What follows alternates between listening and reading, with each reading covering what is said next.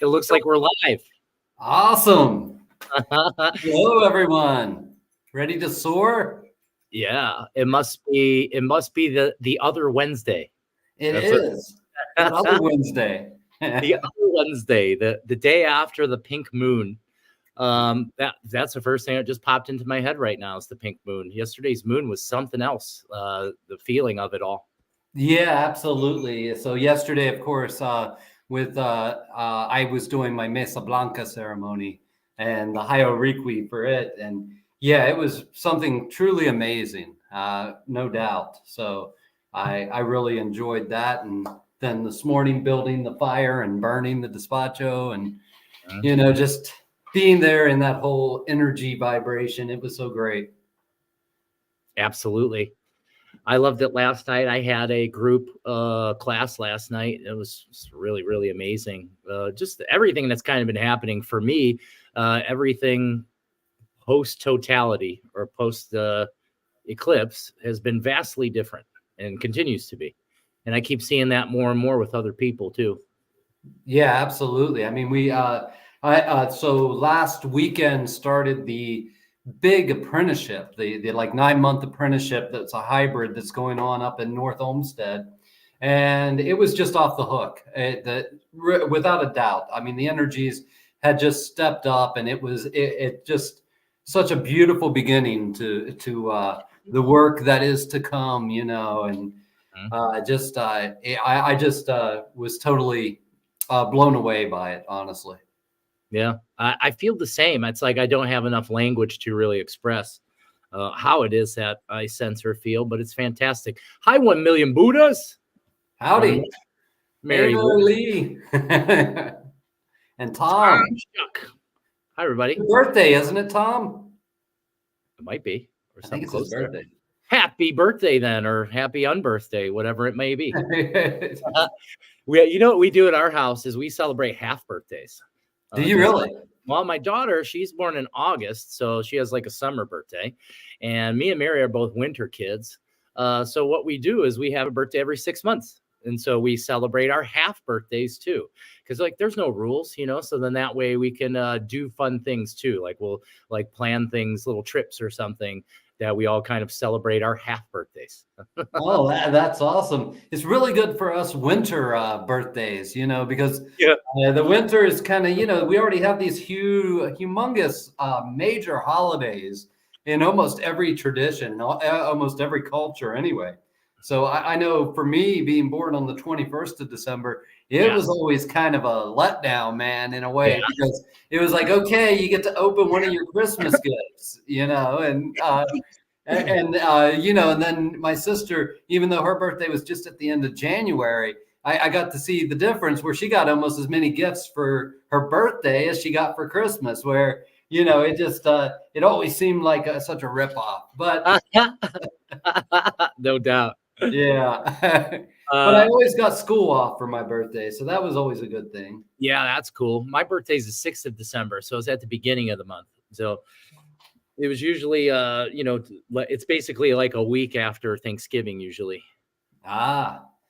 And just before Christmas, to where I run into that same thing. Like the parents didn't have enough money to have, 2 things. So it's like Christmas turned into a birthday in a way. Yeah, absolutely. I want to welcome anyone to ask any questions or something. We're looking to start some sort of conversation. I didn't really come in. Me and Zane don't like to come in too much with a script or anything. So we're here just going to like kind of fly with it. So if anybody has anything that they want to raise up or talk about, let us know. Yeah, well, Tom, you know what? I see that and I feel you because for right after my father died, I lived with my sister. I started living with my sister, and she had joined like a really fundamentalist church, and it was a different type of fundamentalist church. It was Christian still, but they believed in doing all of the Jewish high days and the Jewish holidays. And one of the things they didn't believe in was Christmas, and they didn't believe in birthdays. So there was no birthdays there for a while, really. Or I should say they were they were not very well celebrated anyway. That reminds me, you just took me back to like fourth grade when I went to school with a kid who was he was the only kid in our class that was a Jehovah's Witness, and I always felt bad for him because he had to be excluded from when we had like our school Christmas parties, and we weren't allowed. He's like, I'm allowed to receive gifts, you just can't tell me it's for my birthday. I'm like, oh, okay, that makes sense. So we look at him like, here, Mark, it's not for your birthday. Here, man, here's your Wednesday present. A Wednesday present. Fantastic. Yeah. Nothing. Nobody's got anything they want to discuss. I would love to discuss something. Well, it just give us long enough, we'll fall on some topic here. I mean, it usually happens. Absolutely.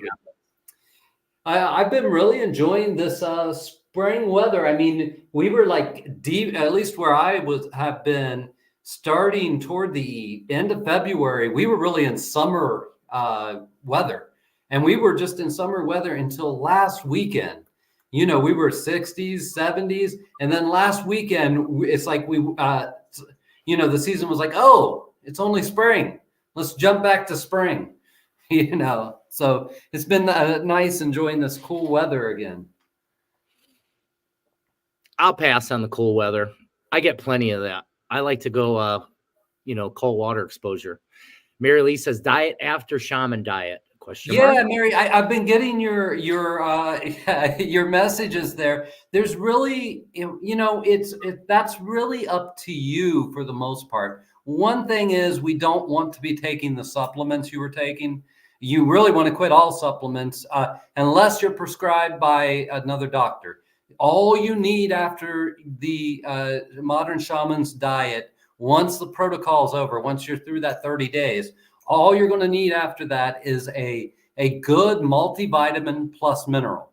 And I would also suggest continuing omega-3 fatty acids, fish oil, krill oil, continuing those at a normal daily recommended dose, and the Lugol's iodine solution. I would continue that as well. But other than that, it's really up to you.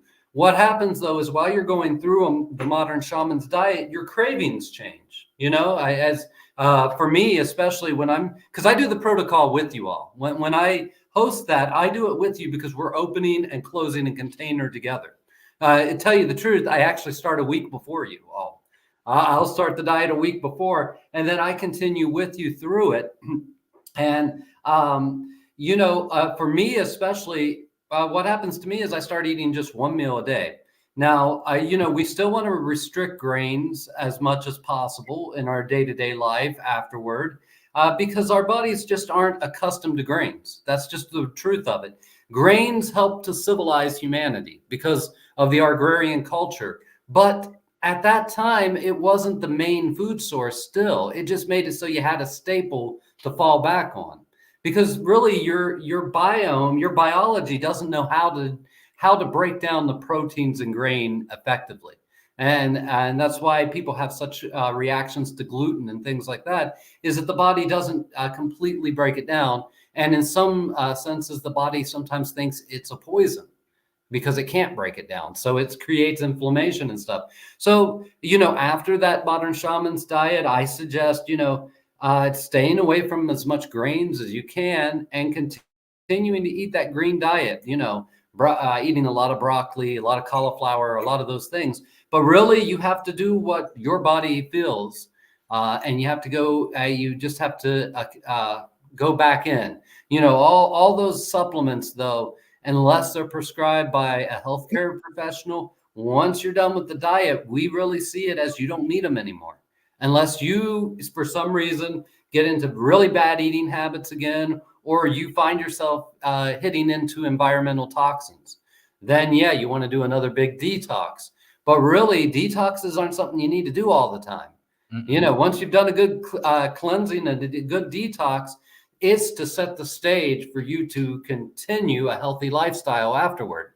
And it becomes really easy. I mean, usually for me, after I do the diet protocol, one thing, I don't eat anything but one meal a day during it. I lose all my appetite. I only eat one meal a day. I feel great. I have reserves of energy, really super clear thinking. And I usually don't change one thing about the diet part of my life for sometimes 6 months afterward. And then I'll start reintroducing some other things. But once again, you reintroduce one food a week to see if you're allergic to it or not. Because after you've done that big detox, your body's going to be real sensitive. And even though you might have been able to eat toast in the morning before it, once you've come to the other side of it, you might find I've always had a mild allergic reaction to wheat. And I just didn't know it because my body was so toxic, I didn't feel it before. I was desensitized to it. So that's why we just introduce the foods back in, one food a week. And we give ourselves a whole week of eating that food because the reaction doesn't always happen immediately either. It sometimes can be 2 or 3 days later and you're like, wow, I'm not feeling so good. My nose is running, my eyes are drippy, something's wrong. I feel inflamed, I'm achy. I wasn't feeling that way before, but sometimes it takes a couple days to build up enough of it because it's usually a very mild reaction that you're having to these things. But once you get them out of your life and you know what you're having a reaction to, you will be amazed at how much stress leaves your life, how much anxiety and stress and fearful thinking was actually just your body going through sugar withdrawals and going just your insulin spikes and stuff was just your body feeling like it was starving. So it created an internal emergency state.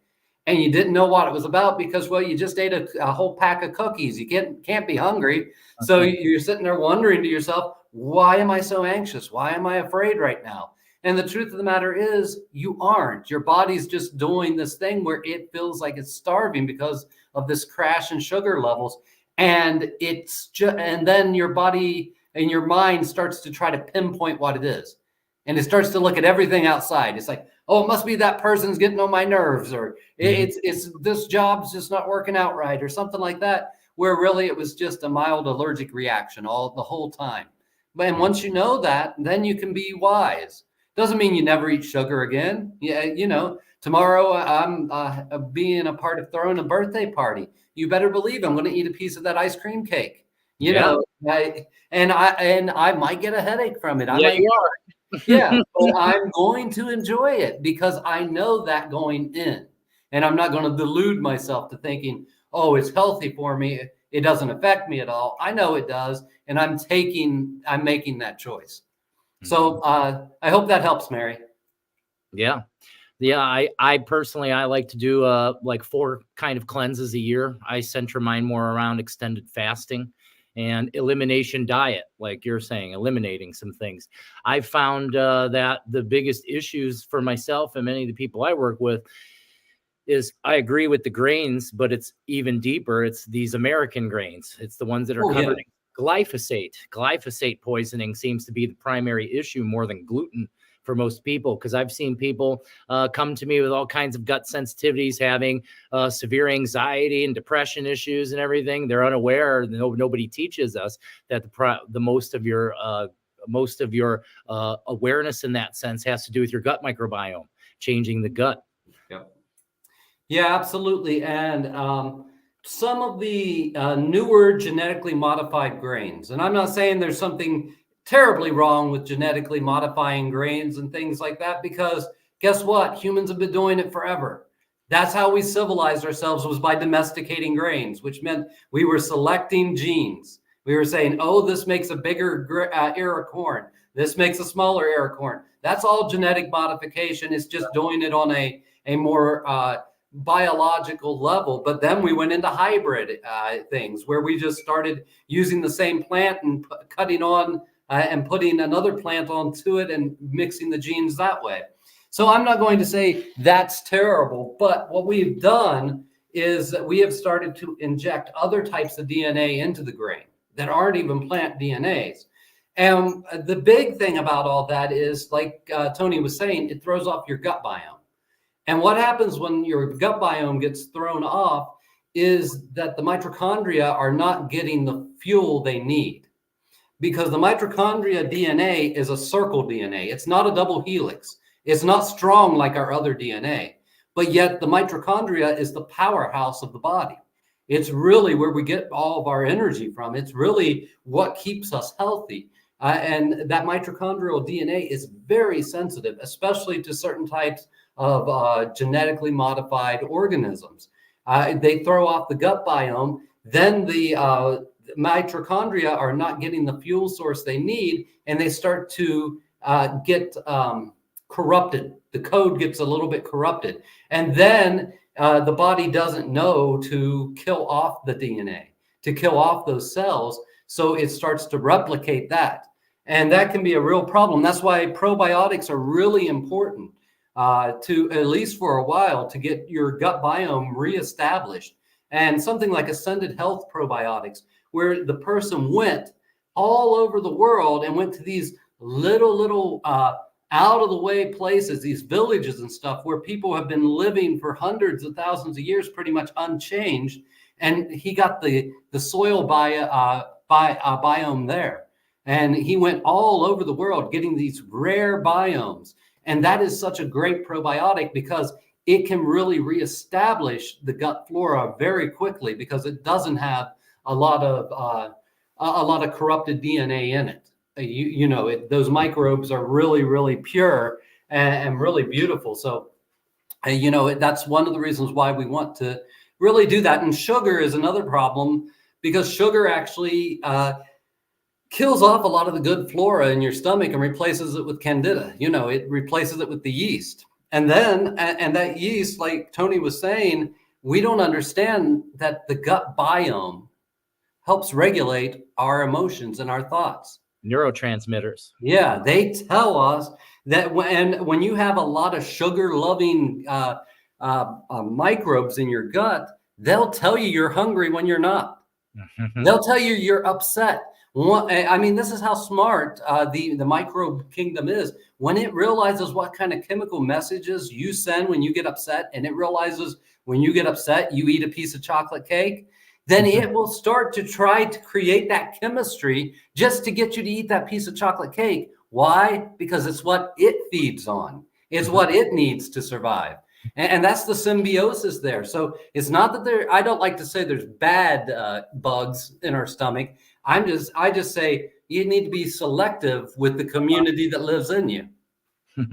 Yeah, it's not that they're bad as much as like some are contributive. They bring contribution to your ability to absorb nutrition, because that's another big thing about what we're talking about right here is you can have a really good diet, but if your gut microbiome isn't in alignment, you can't absorb the nutrition. It doesn't come in. It's not absorbed. And that's why so many people have or show up with deficiency, all sorts of deficiency. It's not that always it's the food is always the issue. It is, but it's also even the ability. People are like, well, I eat really healthy. I don't understand why it's like this. We need to reset that microbiome. And the other thing I'll point out, you're saying, well, I'm not saying GMOs are terrible. I'll say it. They're terrible, and there's so much science now to back them up to show how we can't absorb the nutrition from the food. That's the issue. That's the biggest problem. And now, especially with glyphosate, that's what it does. It's what it does to bugs is it stops their ability to be able to digest, to take in. I see food as frequency and information. You're taking it in, and information then is implanted into your stream of energy. So what happens is it blocks that ability for it to be able to come into your stream. What happens is that shows up as some sort of deficiency. Along with deficiency comes some sort of symptom. Yep, absolutely. It's really interesting, and that's the whole thing. Our food source is so... it's really hard to find plants without genetically modified DNA now. Even the heirlooms, because even if you've been growing your heirloom corn for 5,000 years, the wind is still blowing the pollen from the genetically modified ones. The pollinators are still going to those genetically modified flowers and then coming to your flowers and pollinating it. So really, there was a big thing where Monsanto was suing farmers for a while because they started finding their genetically modified DNA in farmers' crops that didn't buy their seed from them. And of course, they couldn't win that suit. They did for a while. They put some farmers out of business. But eventually people were like, wait a second. you can't control what DNA mixes with your plants. That's done by pollinators. That's done by the wind. You don't control that unless you grow all of your plants indoor. And even then you can't completely control it. So it's we are at an age where, especially in this country, like you were saying, I have some people who have celiac disease, and they can eat Italian, even some high gluten flours from Italy and from the old world, with minimal issues. And the reason why, just as you said, is Europe just will not allow you to use those chemicals. They will not allow that chemical, and that chemical is very deadly for you. I mean, that's worse than the genetically modified organism, because they only genetically modified the organism so that chemical didn't hurt it. Right. That was the whole reason for it. So that they could just dump these pesticides and herbicides on that plant and it could still grow just fine. So that gets inside of the cells of that plant, and then it gets inside of our cells. And the other thing, I guess this is where we're going, is diet today. But the other thing with it is there's a detox pathway in your body.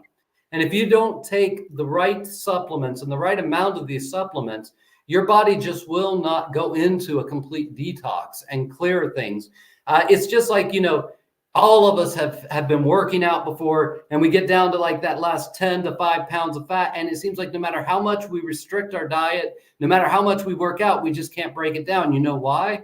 The body knows that your detox pathways aren't open. If your detox pathways aren't open, they can't break down that fat, because when that fat breaks down, the toxins that are fat-based, that's where the last bit and the biggest bit of toxins is stored in your body. Those toxins that are fat-based, your liver turns them into water-based toxins, and they retoxify your whole system. So if you don't effectively have the detox pathways running, your body's like, no, I won't burn that last bit of fat that is just loaded with toxins, because I want to survive. I don't want to die. So that's another part of it all. And I saw someone say something about, always buying organic food. And yeah, that's a great step forward. But we are really at an age where the best organic farms, the crops grown on the best organic farms anywhere in the world, are worse than any food grown on any type of farm 100 years ago. The nutrient level is lower because the soil is depleted. And we've realized that chemically fertilizing the soil is not really helping us. So, that's why we do need to supplement with multivitamins these days. That's why we do need a little bit of extra supplementation, because our food just is not as nutritious as it once was. Mm-mm. And part of that is that breakdown of the DNA in the plants. And also our monoculture, the monoculture, that we have these certain crops that we grow on every farm. And, and some farms only grow corn, and some farms only grow soybeans, or they grow a combination of that. But in the old days, we were subsistence farmers. That meant you grew blueberries, you grew orange trees, you had all apple trees, you had all kinds, you had enough food that you didn't even have to leave your farm to have a balanced diet. And by having that diversity in plant life, that leads to a diverse microbiome in the soil and all kinds of minerals that go back into that soil that don't happen when all you're growing is corn. Mm-hmm. Because every plant, when it breaks down, it creates different types of chemicals. And that's what we need, and that's one of the dangers in our world right now is monoculture. Cutting down old growth forest and replanting pine trees. That's not the way to go. That doesn't help at all. We need that diversity of trees and biome, Right. Regenerative farming, permaculture farming, things like that. That's what I like to sometimes sit in my meditations and envision, is a world where there's food forests, where everybody's taking time to grow food, better food, do things better with food. Another thing, something that popped up into me about the toxin pathway. You can help along that toxin pathway too. I don't know how much research you've done on temperature extreme training, like using saunas and cold immersion. This is something that's all your neck of the woods there, man. I leave that research for you. Be some information that might work out for you in your modern shaman's diet. Maybe you could add that in there. because that definitely opens up toxin pathways, helping you to release toxins and things in there. The thing I feel the most is when I go into the grocery store, it's just appalling to me that the majority of the food isn't food. So like now I know so much about it and I'm so aware. And it's not even just the knowing. It's not that. It's the feeling. You can feel it. You're like, oh man, none of this stuff is really anything that's vibrating with my being, with my body. It doesn't even really want to come in there. It doesn't even want to be in here. It's almost like getting to a point where like there's nothing actually suitable on the planet for us to have optimal nutrition anymore. Yeah. And then that brings me to an awareness how long before we don't need food. Well, there's already breath on the planet. HRM, I can't remember his name, but that's his initials that he goes by. Living on Sunlight is the book. And I've done the protocol before, but basically it's a 9-month protocol of sun gazing. There's nothing else. No other meditations, nothing like that. No breath work even, surprisingly, for Giantists and people from Asia. There's none of that or anything. It's just taking off your shoes, taking off your socks, standing on the bare earth and staring at the sun during safe hours, which is 1 hour before sunset or 1 hour after sunrise. And if you follow the protocol, you have to build up. You don't just start staring at the sun for 10 minutes, but you slowly build up, and it takes about 9 months and you'll get to 9 minutes. And then after that, you're what he calls a solar cooker. And you can receive all of your nutrition from the sun. And after that, you don't even sun gaze anymore. All you do is walk on the earth barefoot, for about an hour a day. That's all you do after that. And you just let the sun hit your skin. Now, I never got to the point where I was totally not eating, but, he's been studied before by hospitals. He was also studied by NASA. And it's interesting because when I first was introduced to this body of work in like 2003, you could find the evidence at NASA that they were studying him. And now NASA says they never studied him. Of course. Because they thought maybe this is a way that astronauts could do deep space travel because they wouldn't need food to eat. All they need is soil to stand in, bare soil, and the sun to stare at. But many universities and hospitals have done, clinical studies on him. The longest that they ever did was 120 days. This man went 120 days without eating anything inside of a hospital, being monitored. And then he hiked up the mountain to a holy Giantist shrine. And what they discovered was he lost weight to a point, and then his body went into stasis, and it wouldn't lose any more weight. And he didn't lose muscle mass or anything like that. Now, of course, do that at your own risk. I'm just telling you that this exists out there. And he believes it's the cure for starvation. But he'll tell you it's not without some risk. One thing is humanity loves to eat as a social ritual. And when you remove that, suddenly people don't want to be around you anymore. And it can be really difficult for them because you're no longer sharing one of the most simple types of rituals. I mean, even in the early Christian church, what was the ritual? The ritual wasn't the communion. That's a symbolic representation. The ritual was, come and I'll break bread with you. Sit at my table and we'll eat together. That was the original Christian ritual. I'll break bread. I'll share my bread. I'll share my wine with you. And then we'll talk it over, be a big family. That's like a drug party because the food's like a drug. That's what it is. Just like you were talking about 1 meal a day. OMAD is kind of how that's called usually. That's kind of what I like to do. That's a good thing because the more research that is coming up is greater and greater that calorie restriction and eating less, like in a short window of time, maybe 4 or 5 hours during the day is your eating window. They've shown vast improvements in health in people just by doing that because we've been trained. We got this food pyramid, which is totally crap. And so and then this idea that you're supposed to eat 3 times a day and with the things we're supposed to eat, like, they're still trying to pass off breakfast cereal as food. Yeah. Oh, yeah. Yeah. That blows my mind. I know how much of that I've eaten, though, in my lifetime. I've eaten gallons of cow milk with this sugar coated, modified, covered in who knows what grain. Yeah. I was like, this is good for me. Oh man, let's see. Here's where'd that go? Mark says, thoughts on blessing animals before slaughter for food. I personally don't slaughter my own animals, so I can't really say anything about that. Yeah, I mean, it's just a form of respect. It's Yeah. to know that this animal is doing the greatest sacrifice. I mean, the Kalahari Bushmen, the San people, which I really love their tradition of spirituality, and not one that I talk about often, but they were the first hunters, and they did a different type of hunt than any other people on the planet. It was called a marathon hunt, and what that meant was they chased the animal until the animal was basically giving up its life. So it could be 4 or 5 days. They would track the animal. Of course, all animals run faster than us humans, unless it's a turtle, or a sloth. They're all faster than us. So you'd be days behind it, but they would spiritually track it, and they'd go and they'd lay down where the antelope laid down, and they'd get into it and feel what it felt when it was sleeping, and then they would wake up as the antelope. Now, which way did I go? And then they would keep following that.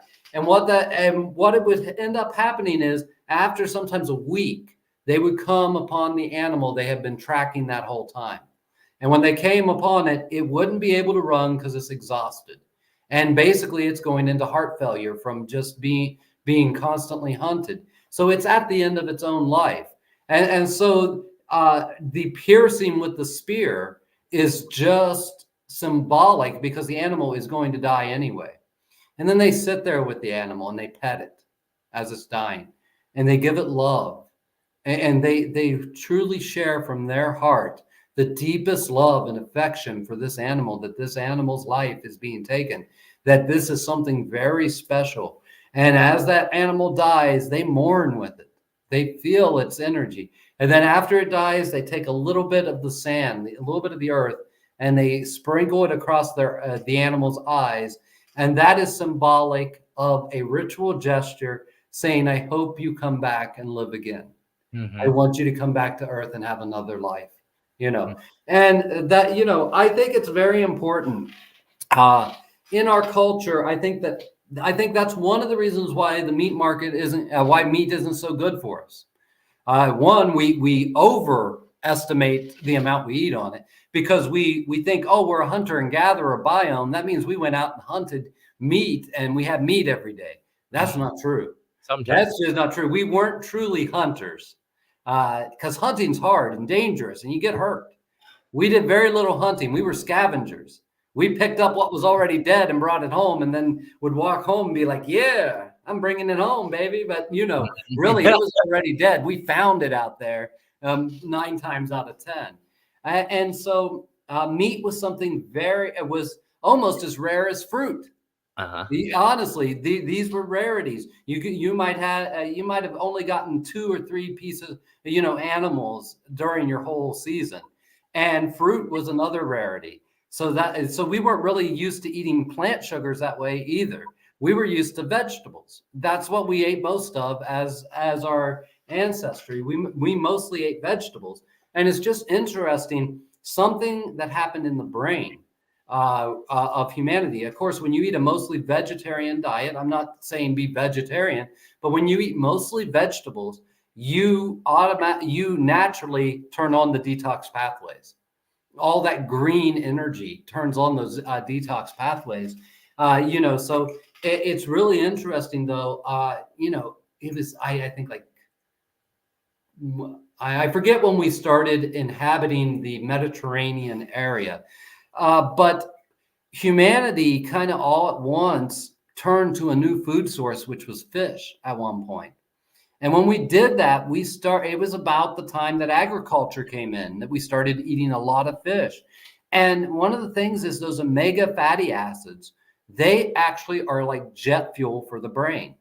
And they help you turn on higher brain regions that help us to be nicer and calmer, that help us be smarter, and help us to see new possibilities and new dreams. They repair damage created by sugars and stress to the hippocampus so that we're no longer looking at the whole world as fear-based. We are naturally able to start to bridge the gap between that mammalian brain and that higher neocortex. And when that happened to humanity, all kinds of amazing advancements happen in technology, and all kinds of advancements happen in what we would call sociology today, in socializing ourselves. And we were able to grow into much larger groups, peacefully grow into much larger groups. And, you know, that's another thing. Our fish, even the wild caught fish, if you're going to eat fish, eat wild caught fish, because they have way higher levels of omega-3s. But even the wild caught fish don't have the levels they used to have. You know, it just isn't the same as it once was. But humans are adaptable, and we will adapt to new environments. And we're going to adapt to everything that happens because we always do. Yeah, exactly. Well, we have no choice. That's the whole idea. We're just going to adapt. Yeah. No doubt about it. I would say, like, so, you know, Mark was asking like directly about slaughter of the animals. I'm a huge proponent. People I work with and people I teach and things like that, I try to bring into their awareness to, it's not just the animals. Everything's alive. So everything you eat, you want to honor it. And or I call another way to look at it is structure your water. Have an awareness when you put your hands around your glass. Whenever I get some water, I just take a moment, and just your intention begins to drive some sort of change, some sort of shift. So I do this with animals. I do this with plants. I do it with anything I eat, because you're eating. For me, it's no difference. I don't think a cow is of greater, or a human is even greater than a plant. Not for me. That's not how it is. I see that everything is alive in one thing. So when I'm eating anything, blessing, that's kind of a word I would use. I bless it. I give it my loving intention. I'm thanking it for growing, becoming what it is, and allowing itself to become part of this experience in which I'm having. Let's see what's going on here. Yeah, I totally agree with you. Life is life, and all food sources are alive. Mm-hmm. And it's really about honoring what we eat. If you're eating meat, don't look at it as disgusting. That's the number one. Don't look at any of your food as disgusting, because that is creating chemicals in your body. That's creating the way you're going to energy into the space around you. Yeah, and that's going to change your biology, because it's going to create brand new, even if it's the healthiest food on the planet that's ever been created. If you're sitting there looking at it as disgusting, you're even eating it, your brain is creating neuropeptides out of those ingredients. And those neuropeptides are as much controlled by the way you think about the food you're eating as the quality of the food itself. Yep. Because you know what, Zane, you know what you're saying, and what will drive so many people just totally fucking mad is it's all in your head. That's really, it really comes there. What are you doing? What are you doing? Why? What's your standpoint? What's your intention? What's happening? One of my favorite questions to the self kind of is like, what am I agreeing to, and what am I saying to myself? That's so important, because there's so much there. There's so, just like you were saying, I've talked to people and they don't understand that when you're not like, say you're eating a Big Mac. If you know that you shouldn't be eating that, right? But if you're applying to it this mindset of that it's deadly and it's terrible, and you're not allowing yourself to have gratitude for it, you're actually making it even worse for yourself. This goes until this starts to open up. What starts to show up is now I can sense like that's sort of like that's like Bruce Lipton's kind of space. That kind of shows up where that starts to show epigenetics, how your internal environment changes gene expression. Yeah, absolutely. It's absolutely true. I mean, and many of the cultures of the world understood that too. I mean, especially if you go to a Hindu temple. And I don't care if it's one that's vegetarian, because there are Hindu temples, there are devotees that aren't vegetarian. You know, Shiva devotees, Shivites are not vegetarian. Still, the majority of their food is vegetables, but they will eat meat as well. But one of the things you'll find is in those temples, when you're cooking, you're loving the food. You're just giving it love as you cook it, because you want that love to be passed on, because you know that when people eat, it's just like in our tradition, the coca chewing. When we do a hapaikusai ceremony, when you're sitting there with another pako, you're putting your prayers into those leaves. The sweetest nectar you have for that other pako, and then you hand that, and he hands you his, and you thank each other, and you chew it. Now, those prayers, they don't go to heaven and then rain back down on you. That's not the idea here. The idea is when you put that coca in your mouth, those prayers are becoming part of your body. It's an embodied prayer. That prayer was to be instantly used directly to you, not even filtering down through the spiritual. That prayer was put into the molecules. It's just like Emoto's work with water. Everything is mostly water. So if you can write a word on a bottle of water and change its crystalline structure, then putting these prayers into these leaves changes the molecular structure of those leaves. So when you're chewing it, your body's getting that prayer, and you're doing it in a sacred way, and you're accepting that prayer into yourself. And that's embodied spirituality. That's just beautiful stuff. Yeah, super beautiful. It's like an injection of conscious frequency. Here you go. Take it. Just like, I love that. I do most of the cooking in our house, and the girls always say, God, your food's so good. I was like, I put a lot of love in it. Like, we can tell. And so that definitely matters. If you're like, I try to bring that up too, is like, when you're preparing food, try to make it really a sacred thing, not just a means to an end. Like, oh, I got to hurry up and get this food together so I can eat it and get out of here. Like, I even tried to get people to take time, because this is a big thing. Here, especially in the Western part of the world, our relationship with food is really weird. We don't have like a good relationship with our food. Sitting there and actually connecting to the food and taking your time and even feeling it and tasting it. Like, I've trained myself to now, my eating's way different, because I used to, like, you're eating something that tastes so good, you're just chewing it fast enough to get the next bite. And then I didn't realize, like, whoa, I'm just gluttonous what I'm doing here. And then so it started to change. And now I'm more masticating the food. I take the time and I chew it up. And I'm not just like thinking about chewing. As I'm chewing, I'm spreading the food all over my tongue and my mouth. I'm allowing myself to absorb the experience, the energy, the life that's within it. A side effect is that your digestion's way better. Like, so my digestion changed drastically by chewing up my food more. All right, that's huge. And then your elimination changes as well. And then your ability to absorb. So I felt way healthier once I started doing that. And I could tell that it was because I was getting more nutrition out of my food just by, one, being open to receive it, and then also using it in this way and having a relationship, because everything to me is spirit, even food. So when I'm working with that food, I'm pulling that food, that living spirit into me. I'm letting it be there with me. And I feel like that just really changes everything about eating. The way eating used to be, especially when I was a big 260-pound meathead, I was eating like 8,000 calories a day. So I had to eat like every 4 hours, or I felt physically ill. So I was just jamming food in there, but I wasn't enjoying it at all. I was just it was a means to an end. And then I prepped the food. I was pissed because I had to prep all this food and everything, and I was putting all that energy into there. No wonder I'm still alive, right? Yeah, I mean, you brought up a beautiful thing. I like to say, savor your food. Yes. Really taste it. But and that goes into something else I tell people. Like when we're walking places. I mean, sometimes we're on a deadline, right? Here in the Western world, everything's on the clock. But when you can, just build in enough time. Don't go on a hike. Go on a saunter. Saunter through the woods. Have no agenda. When you're going somewhere, give yourself enough time that you can just enjoy the travel there. And that changes everything. That allows you, that gets you out of that beta thinking, out of that beta wave thinking into the alpha wave. Because you can still do things at the alpha wave. People think, at alpha, you just have to be in a meditative state. No, that's deeper alpha. But you can train yourself to be in a consciously aware state in the alpha.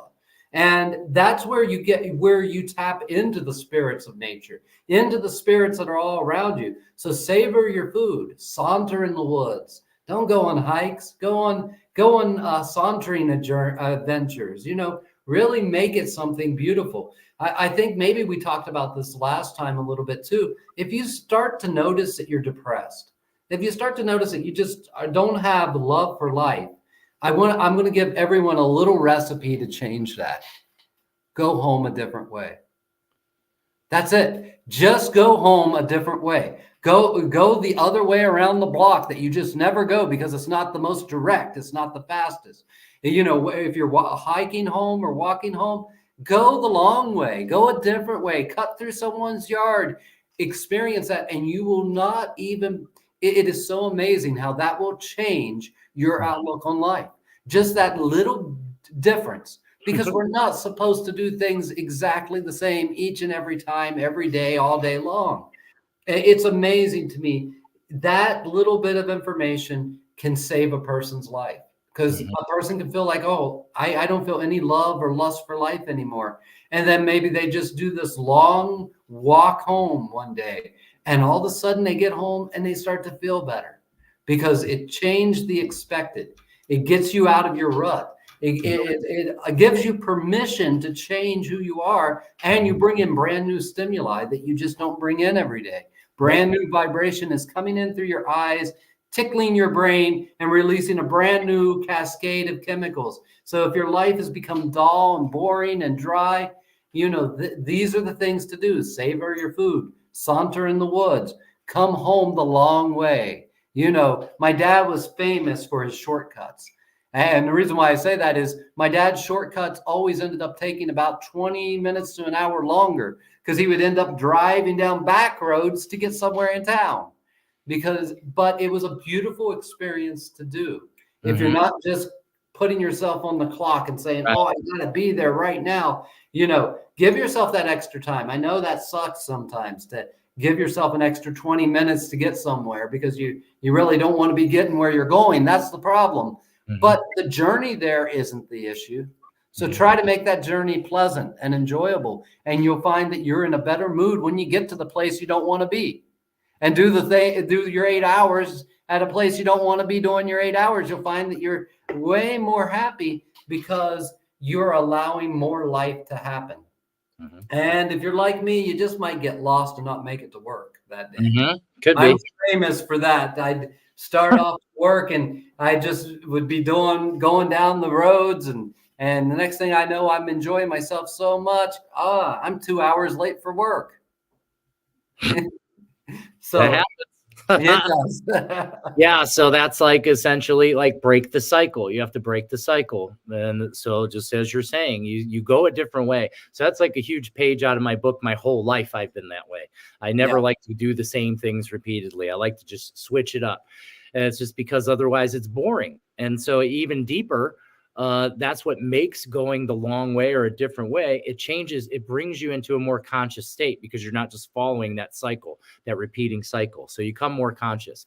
One of my favorite things to do, because most of my life, I spent a lot of time driving in my previous jobs and professions and things like that. So I would realize that like I've spent so much time in the road driving, all that time was spent at thinking and not really being where I'm at, not really being present where I'm at. So something I like to do now is I like to slow down my breathing. I like to become aware of my breath and just let it kind of slow down. And while I'm driving, because I'll find myself racing, thinking, worrying if I'm going to be on time, thinking about shit that has nothing to do with where I'm at. And then I start to slow down my breath and I become aware of everything. I'll even become so aware I can feel the road underneath the car. You can feel the wind blowing over the fenders. You become aware of things all around you. You start to sense other people's attitudes and feelings. Your empathic connection starts to connect with other people around cars. You start to have this whole different kind of awareness, and it makes your travel so much more amazing, so much more beautiful, because there's so much to pay attention to. There's so much there. It blows my mind now that I have that ability to give my attention, because it used to be ADD. This is how I say ADD is actually a big gift. It's just disorganized. The thing I was calling ADD, it wasn't attention deficit. It was attention overload. I was connecting to all this frequency around me and didn't know how to control my attention. As I learned how to control my attention, that turned into a vast type of awareness where all my attention now can be outside of me. And then you start to have a deeper sensation of everything around you because you're actually feeling it. All of your attention, you can take it and spread it out so big, and you can feel absolutely everything. And when I first started to feel that, it was like this freeing kind of thing. And what happened is I've never been bored since then. I've never had a moment since that time. That's probably 7 years ago or so when that started. It's been 7 years since I can have any recollection of like, I'm bored. Like I'm never bored. There's too much to pay attention to just right here in this world, just right here where we're at. If you just sit down and shut up for a minute, it just all starts to talk to you. Yeah, And boredom is usually just, I think a lot of boredom comes from just not accepting the present moment on its own terms. Yeah, Because like you said, it's full of life. It's full of information. And I'm having so much fun with this conversation. it's time for you to go. Yeah, but I've got to go. I've got a birthday party I've got to plan. So thank you, Don Zane. All right. I love you all. We love you too. Thanks for soaring. Anaiki kuyaiki wulkanuna wakichai. Anaiki kuyaiki arpichai sonkochai munaicha sopaiki. Thank you, Don Zano. Good evening. Goodbye, everyone. Bye-bye. That was great. I love to do these shows with Don Zano, but he kind of had a last minute thing. I think he mentioned earlier in the show, he's part of a birthday party that's happening, kind of popped up last minute. So he was able to come in for a little bit with us and talk about some diet. That's something I like to talk a lot about with my clients. Because for me, I don't believe there's any like one certain way a human should eat. I think it's different for everybody. I don't think like this is the way you eat and that's the only way there is. I think for each individual, it's something different. And it's important to begin to inspect the lifestyle and the mindset first. Look at your lifestyle and mindset, and that'll start to lead you into what you need to eat. The more I got more in touch with my mind, my body, and self, what happened was my body started to tell me more about what it wanted. And then so for a while, it was asking me to eat vegetables. So I was vegan. I went vegan for just about 3 years, fell into like those mindsets that we see out there, people in like, we call it the vegan cult. Those of us that were vegan and then like try to push it on others and then escape from there, we lovingly call that the vegan cult, because we understand, because a big change happens and you feel so good that you want to save everybody. And I think that happens with people in all kind of facets of life.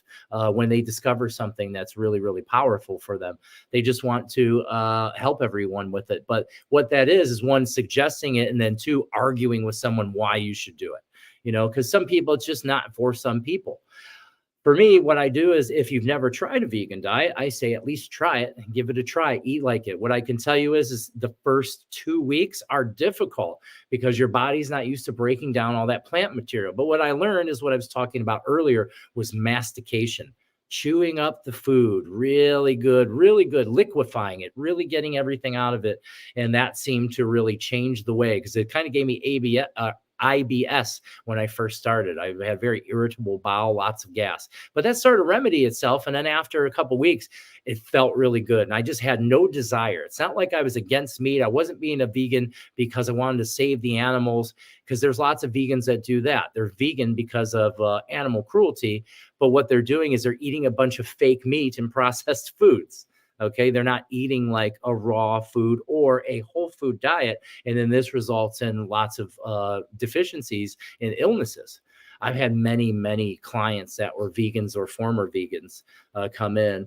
And then usually what we do is we'll introduce them. We'll be like, well, what if it's possible? First, it's the possibility. Is it possible that maybe you need some protein, animal tissue?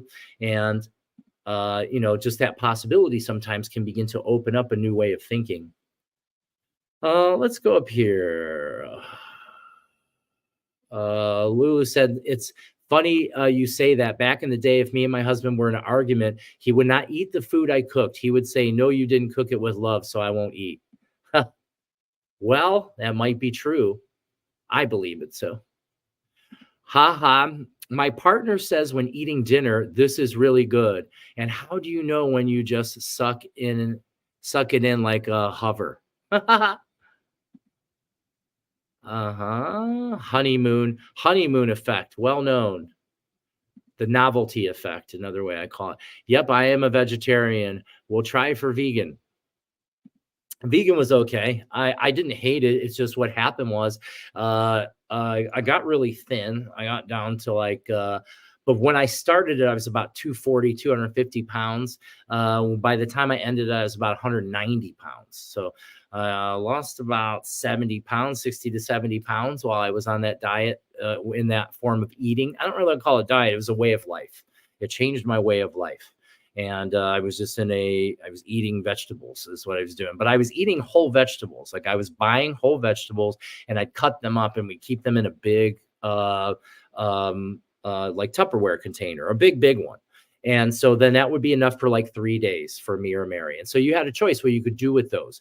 You could either take them, eat them raw, like kind of like a salad, or mix them with some, we would get like organic spring mix and mix that together and make it like a salad. You could stir fry them. You could roast them, or sometimes we'd cook them like in a soup or something.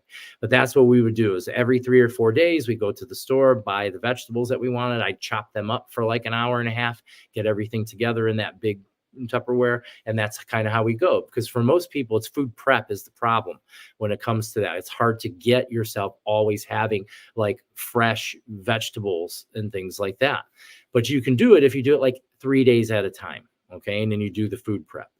That worked really good. And that's what we continued to do for a long time. What happened was I started to have symptoms. Finally, after it took about a little over 3.5 years, just about 3.5 years. And I started to have some symptoms and started showing symptoms of like nutritional deficiencies. So what happened was I sat down and my guidance came into me. One of my spirit guides came, and the spirit guide showed me eating meat. And I was communicating with the guy and expressing that I wasn't really interested in eating meat. And then it showed me like some other visions that brought like a feeling to me like I wanted to. So it was like some sort of download came. And then I went like 80-20, and I'm still somewhere around there now. I still only eat. I tried a carnivore diet for a little while. I didn't love it. It was okay. I felt pretty good. I started to lean out. Like my body fat started to lighten up a bit. I was super strong in the gym. I can tell you that my strength was higher. But I feel the best when I eat mostly. I try to eat whole foods as much as I can. I try not to eat a lot of processed stuff. Like, so it's not that I don't once in a while, but I probably shouldn't eat it at all. But I don't eat too much like fast food. Like there's no fast food actually. Once in a while, I'll have a hamburger from Swenson's. So that's the fast food that I would consume. This is rare. This is very rare. But I try to keep my diet pretty clean and pretty good. I also fast every day. I usually eat in a window between like 6 and 9 p.m.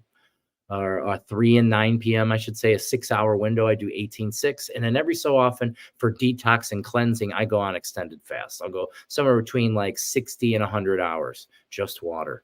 Also for detoxing, I recommend learn about sauna use.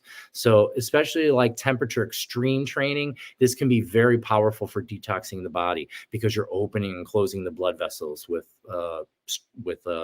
like force. You're forcing open and close the blood vessels. This gets all of the stuff moving in the body. Very, very powerful tools. But that's really it. There's going to be lots of people out here that have these ideas. They're going to try to push an idea of a diet and what it should be. I'm always going to try to tell you, just try to eat whole foods. Try to do the best you can to eat whole foods. Take time to structure and love your food. As me and Zane were talking, live sacredly. Be sacred with your food. I think that's one of the most important parts, is the sacredness that you share with the food, this stuff that's going to become your cells. It really becomes you. It's like you are what you eat. It really does. The food you eat is the raw nutrition or minerals or building blocks of every cell in your body.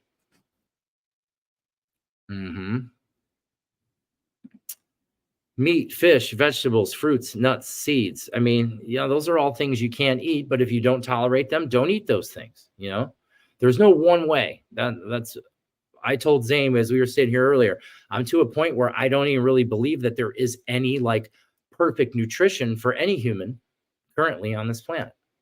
I think that'll be something we will create through our consciousness.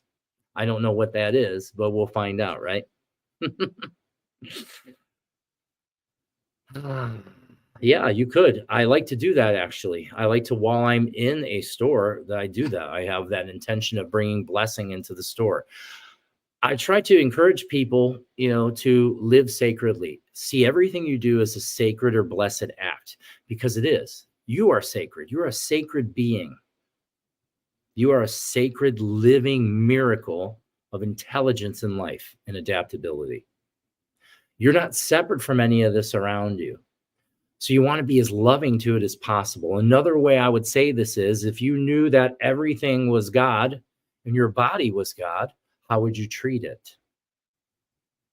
See, that's the sacredness, having that mindset, cultivate a mindset of sacredness.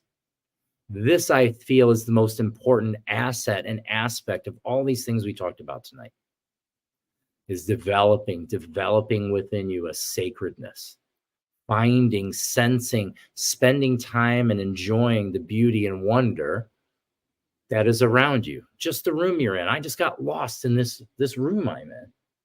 There's so much magic here, right here. And I'm alive and get to observe it. How cool is that?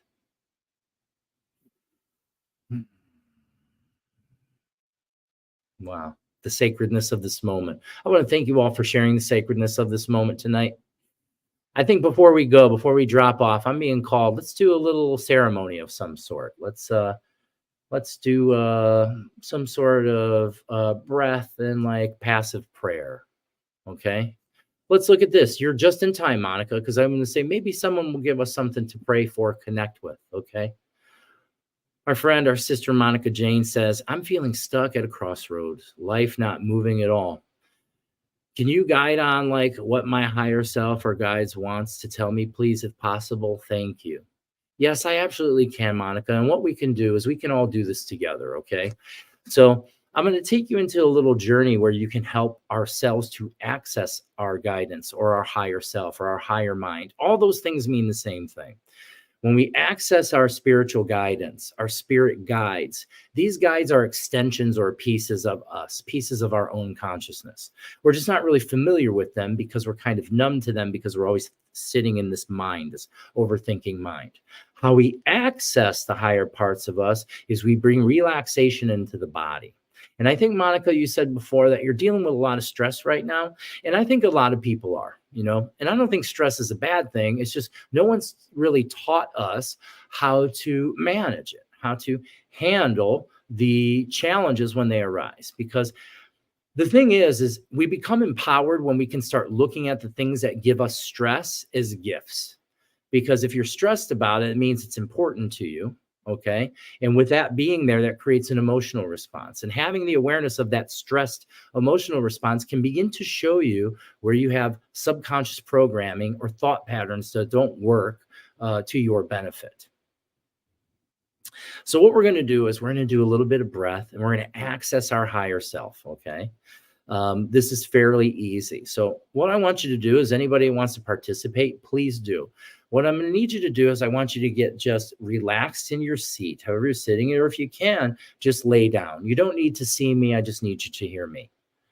Okay, because now you're going to close your eyes wherever you're at. With your eyes closed, you're going to bring your attention inward, into you. You're going to let go of all the outside for now, and you're just going to go inside you. And I want you to begin to pay attention to your breath. And begin to bring your breath in through your nose and begin to fill up your tummy. Let that tummy get wide and big. And as you exhale, pull the tummy in. Breathe into your belly. Not your chest, your belly. And pull your belly in. This may feel weird or backwards at first, but breathe into your belly. Push your lungs down and away out to your side ribs and pull them up towards your neck. As you breathe in, fill up down into the belly. Stretch your lungs out wide and bring it up. We're accessing our nervous system. Breathe in into your belly and exhale up. Slow. Breathe into your belly and exhale up. Hold your breath. Now we're going to make it like a wave.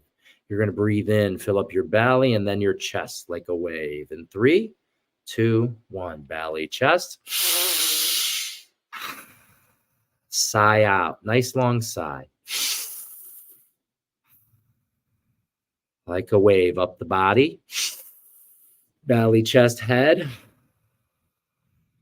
Belly, chest, head. And belly, chest, head. Last one. Fill it up. Hold your breath. Hold, squeeze into your head. You're going to squeeze into your head like you're going to try to make your face red like a tomato. Like a tomato. 3, 2, 1. Release. Relax. Close your eyes. You're staying in your body.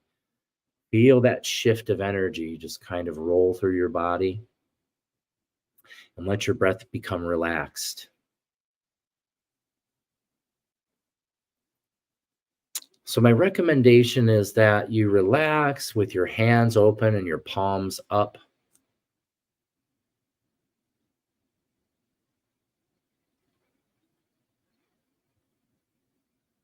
And with your hands open, I want you to just feel. I want you to feel or sense any vibration in your fingers, your palms, any buzzing.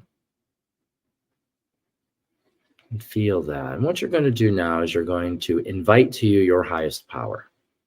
Okay, now that we breathe, as you breathed, what happened is your energetic bubble expanded around you. It opened up.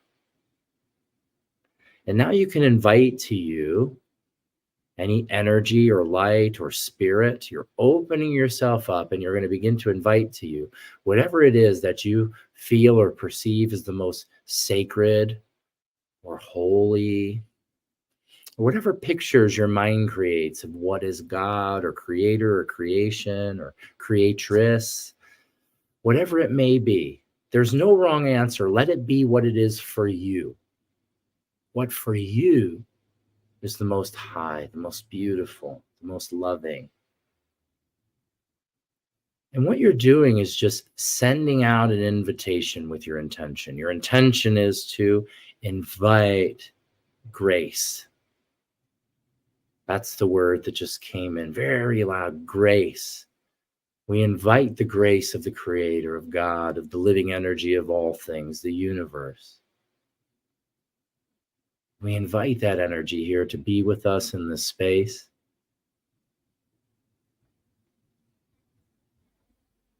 And as you make that invitation, paying attention to your hands, perhaps the vibration has changed in one hand or both hands. And you're using your intention, and what I want you to do is invite those spirits or energies or the highest energy to you, inviting them to your hands.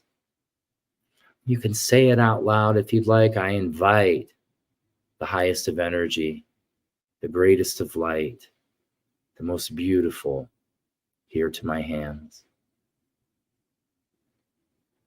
And as your hands open, it feels as butterflies are softly flapping across your palm. You're now surrounded by the Pipintukuna, the butterfly beings. The flutters of little butterflies. What you're going to do now is you're going to invite a connection between you and your higher self, your spiritual guidance. You're here, you brought it here. Your intention now is going to be to breathe through your hands and into your heart, as if your hands were your nostrils, like elephant trunks that go up and connect to your heart. And what you're going to do is you're going to breathe in all the spiritual energy and light into your heart. Breathe in, into your heart, and hold it. And then exhale out through your hands, sending out light. Picture as if light flies out through your palms and it connects out into the space around you, touching your spiritual energies, the angels, the nature beings, the things we may call extraterrestrials that are here to help us to connect and learn. God, the Creator. Whatever shows up here for you, let your mind's eye and disciplined imagination take you where it takes you. And then allow yourself to drink in the energy of the highest power. Breathe it in, send it back. You're circulating in, In, in, out, in, out. Big breath in and hold. Hold, squeeze into your heart. Squeeze all this energy into your heart. Squeeze. I'm going to count down. When I get to 1, you're going to blow out and send it out through your hands. 3, 2, 1. Blow it out. Send it out. And now just relax. Let yourself just fall into this moment and into your body. And then you're just going to send out this question inside your mind. You're sending out the question, guidance. What is it that I need to know now? I'm open and ready to receive. Ask the question and then just let go. You're not waiting. You have no expectations. You're just being here in this moment. As your question, what is it that I need to know now? Great Spirit, what energy, light, and medicine do you have for us? Individually and collectively, we are open and ready to receive.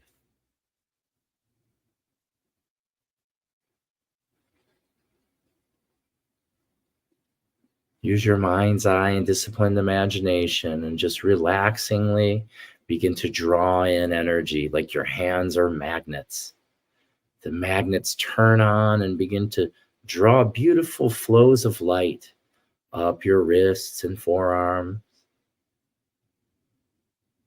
up into your shoulders and your neck and your chest and your back and your hips and your pelvis and your legs and your whole body becoming embodied and illuminated with this new energy and new light.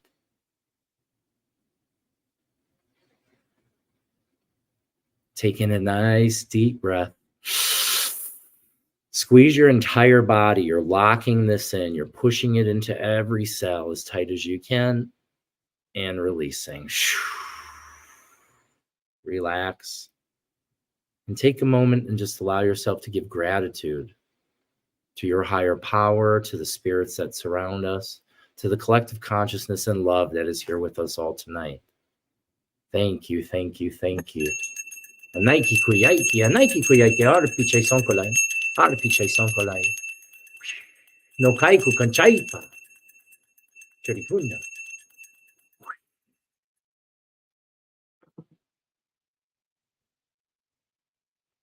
Taking in a deep breath.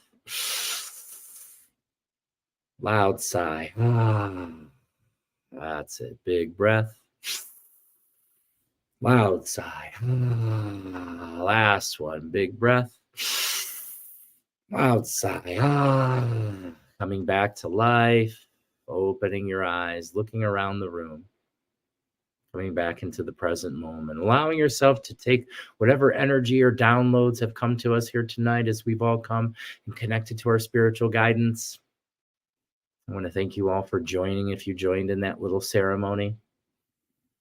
Feels really good. I'm super buzzed up with energy right now. So I want to thank you all for bringing your energy and light here. I want to thank you for joining me and Don Zane tonight and coming with us on these little journeys. They're so much fun. And I thank you all so much. You can catch me tomorrow morning at Ask the Shaman, 8 a.m. Eastern time. I'm just going to hang out here for a couple minutes in case anybody wants to share their experience, if they went through that experience and anything they want to share or how they feel. The floor is open. This is always a place of discussion and sharing of wisdom and knowledge. It's together. It's when we come together into these places, and it's all of our collective energy can come together and bring forth new potential and possibility. Hi, Elaine. I just saw your message down there. Monica Jane, are you still here with us? I'm curious. See how you're feeling. Says, it was wonderful, but I couldn't connect with my guides. Oh, you did. You just don't know. You think you didn't. So the guides completely connected because I can feel them in your energy field. So what there is there's an expectation. You think you should know how they show up. So that happens. That's just because you're in your own head. And that's okay. It's totally okay. There's a beginning to things. It's not the end. Our minds, our ego minds have these ideas or expectations, how they know a spirit should communicate. Well, you don't know how that is. So it's already happening. It doesn't happen in the way that, like, this tangible way that we sense with these 5 overly developed senses. It's coming in through your 6th sense. If you just be still and let the thoughts go for a little while and pay attention to your body, you're going to feel that there's a vibration there that wasn't there before. Some sort of feeling or a buzzing kind of sensation you're going to feel. This is your guide communicating to you. It's not going to communicate to you in words and things like that. It's just by you, just all you have to do is ask. That's why, like, even in like Christian scripture, it says, ask and you shall receive. That's your intention. Ask for it to come to you. It's like a prayer. God, could you bring to me whatever it is I need? Not whatever you want. That's where most people get confused. They think what they want is what's supposed to show up. It's never going to be how you want it. It's going to be how you need it. And you can ask for it to show up that way. You can ask for the ability to be able to move through challenges with joy and ease. And you can bring that consciousness to you through your asking of it. You can ask for, I'd like to be more calm. God, could you bring the frequency of calmness to me? I'm not feeling very forgiving. God, could you bring to me the energy of forgiveness? And as you do that, you think about it, like, what is it? You embody that feeling. God, could you bring to me the energy of gratitude or higher self? Or you can use any kind of terminology you want, because it's not about the words. It's about your frequency, what you're sending out. Whatever you're sending out, stuff returns, because you're in a loop. There's a feedback loop that's happening all the time. The universe is only responding to how you're vibrating. It doesn't know if it's good or it's bad, or those are all ideas we make up. That's not how it works. It just responds. It's energy. However your energy is vibrating, that's what you'll receive and what you'll kind of notice, what's happening in your reality. If you sit down and relax and allow yourself, just like we were doing here, and breathe and allow yourself to change your state, your brainwave rate, this changes your consciousness. Consciousness is a flow of energy. It's flowing. It's like a river, right? It can become impeded when our nervous system locks up because we're afraid, because there's some sort of problem, a perceived problem, and we stay stuck there overthinking about the problem. Incessant banter, trying to be in control of an outcome that there's no control over. That's when we suffer. That's when the stress and anxiety and incessant thought begins to rise.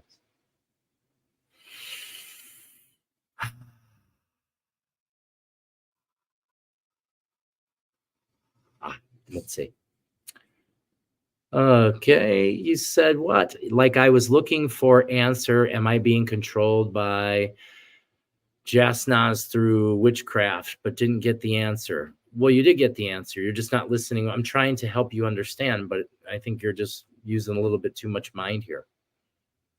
I'm a clinical hypnotherapist, but late of losing my interest. I can understand that. Hypnotherapy is rather boring. I use it in my, it's actually a shamanic practice. Before they had a name for it that they called hypnosis. It's something that shamans have been doing for thousands of years. It's called shifting state, and then we call it seed planting. Whereas if you're working with someone in the terms of hypnotherapy, you're planting suggestions. It's the same thing, though. But thank you, Monica. I want to thank you for being here today. I want to thank everyone for being here today. I love you all so much. I'm going to take off now. Thank you for coming to SOAR with us. I wish you a good evening.